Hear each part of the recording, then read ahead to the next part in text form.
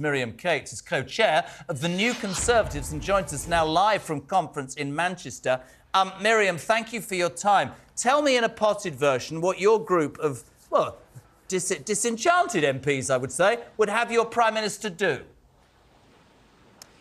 Good morning and thanks for having me on the show. So yes, I'm the co-chair of the New Conservatives. We are a group of MPs who have been elected since 2016, so since that momentous Brexit referendum.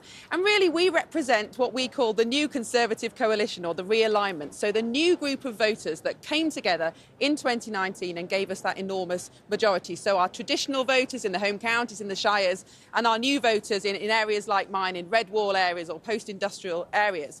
And we made promises to the voters in 2019, promises that got us elected. And we very much want to stand by those promises. And we think there's still a demand for the kind of politics that we offered. So really what we want to do is nudge the party back towards those commitments, back towards the kind of vision and values that we offered in 2019, because we think that's our best chance of winning the election. So we fully support the Prime Minister's 5 priorities. We very much like what he's doing on net zero, his kind of move towards more common sense policies. But really, we just want to nudge the party and the manifesto in the right direction for, well, an inevitable election next year. Miriam, can I just be so blunt as to say this to you? If you and your new group of disenfranchised Tory MPs want to give the British public what they voted for in 2019, and frankly, most of you won your seats because of this man, why the hell did you get rid of Boris Johnson then? Well, firstly, we're not disenfranchised. As I said, we are Conservatives, we support the party, we support the Prime Minister. But at the moment, there is absolutely a very open discussion about the kind of ideas that we want in the next manifesto. It's natural, it's the next year, you know, we're going to have this election the next year. Now, look, we could talk about the downfall of Boris Johnson. You know, it feels like a long time ago now. I supported Boris till the end, but, you know, that is history now. And when I knock on doors, nobody's talking about Boris Johnson. They're talking about immigration, the cost of living, you know, whether or not they could vote Labour next time. Those are the kind of issues that people are talking about now. And so those are the kind of issues that we need to tackle as a party. Fair enough, thank you. Miriam, talking about what everybody's speaking about now, HS2 appears to have hijacked the Tory party conference up in Manchester. Where do you and the New Conservatives stand on HS2? Should it go ahead?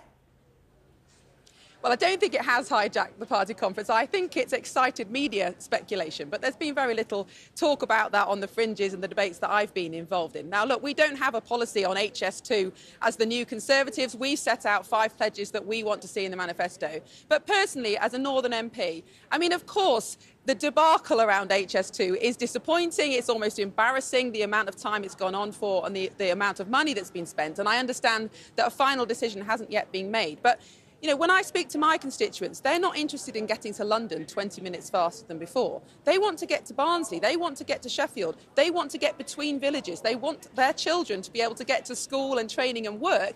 That's the kind of transport that we need. And what I understand from the speculation is that if it does get cancelled, if it does get axed, that money will be put directly into local transport in the north, and that's exactly what my constituents want. But Miriam, it's not just about being able to travel to London at a greater capacity or at a greater speed, is it? It's about people in the north, yet again, being treated differently to people in the south. It feels like if there's a money shortage, still London-centred projects will go ahead. What do you say to Andy Burnham's comments that people in the north, such as your constituents, are often treated like second-class citizens?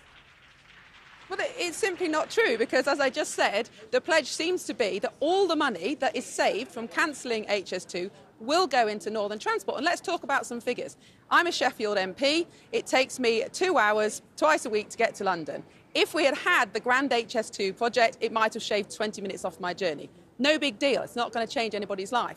But if I want to get from Sheffield to Penistone on a train, it takes me 50 minutes, and I'm lucky if there's a train once an hour. Those are the kind of things that are stopping people from taking opportunities, from getting work and training, and those are exactly the kind of things that money transferred from a cancelled HS2 would give to my constituents. Nobody tells me when I knock on doors that they want to get to London faster or more frequently. Very few people are actually travelling that journey anymore post-COVID, unless they work in London every single day. People use Zoom and other things like that, but they do want to get to their local college, their local job, their local hospital, and those are the kind of services that we desperately need. Miriam, fantastic. fantastic to have you on. 3 quick questions, which results in 3 very quick answers. The New Conservative group, you're co-chair of this, you're a Sheffield MP. Did you queue to see Liz Truss speak, yes or no?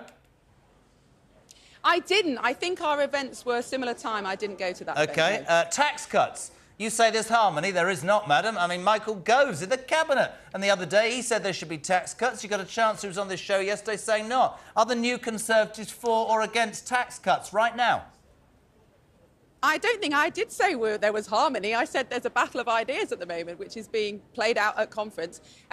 We support tax cuts. We support tax cuts around a specific pinch points in the income scale for small businesses and families that we think will result in productivity growth. We're not interested in headline slashing the particular base rate. We just want to install tax cuts one-word now. answers. New Conservatives, really great to have you on, Miriam. Do doctors deserve more money, yes or no? Does who? Sorry, I didn't catch that. Doctors, the ones that are striking outside the conference hall. Doctors. I think the government's offer is fair. Brilliant. Miriam Cates, really appreciate you being on this morning. Thank you so much for